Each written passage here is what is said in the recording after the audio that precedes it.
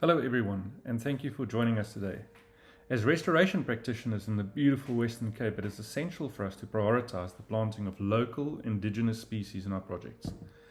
Let's dive into why this is important and how we can effectively source the right plants for restoration efforts.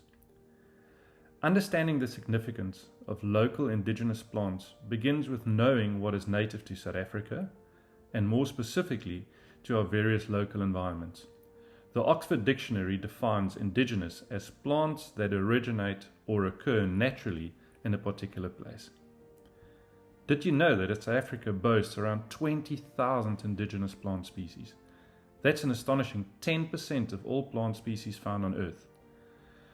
Our country's vegetation is categorized into 471 unique vegetation groups. This classification is vital for our restoration work and includes 88 savanna vegetation types, 73 grassveld vegetation types, 81 fynbos vegetation types, 29 renosterveld vegetation types, 65 succulent karoo vegetation types, 54 Albany thickets, 29 Nama karoo vegetation types, 35 azonal vegetation types, and 17 forest and coastal belt vegetation types.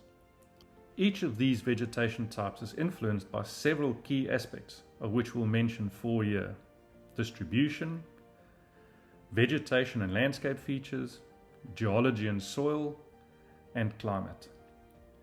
As restoration practitioners, paying close attention to what is historically present in an area is crucial. The vegetation forms the foundation of the entire ecosystem, which is why it's important to reintroduce the appropriate native plants. One of the best resources available to us is the Cape Farm Mapper, a web mapping application developed by the Department of Agriculture in the Western Cape Provincial Government. Here is how you can use this to obtain a plant list for your restoration site. Start by entering the Cape Farm Mapper URL into your web browser. When the map opens, zoom into the location for either your reference site or the location of the restoration site.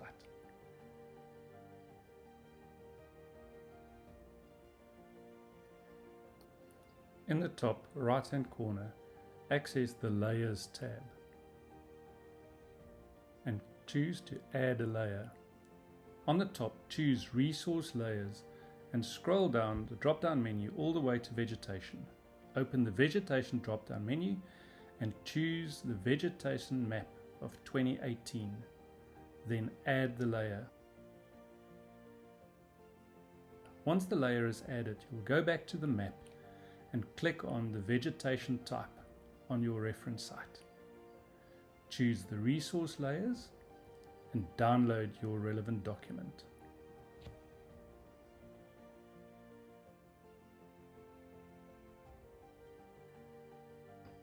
This document will provide you with a list of plant species featuring their scientific names that originally existed in that specific location.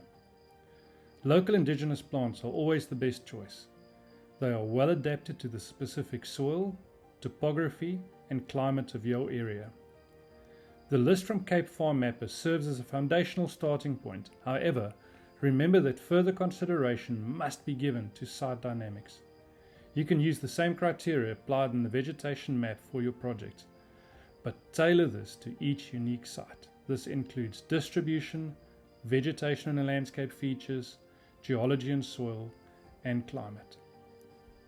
In conclusion, prioritizing local indigenous plants in our restoration projects ensures the resilience and ecological integrity of our ecosystems in the Western Cape.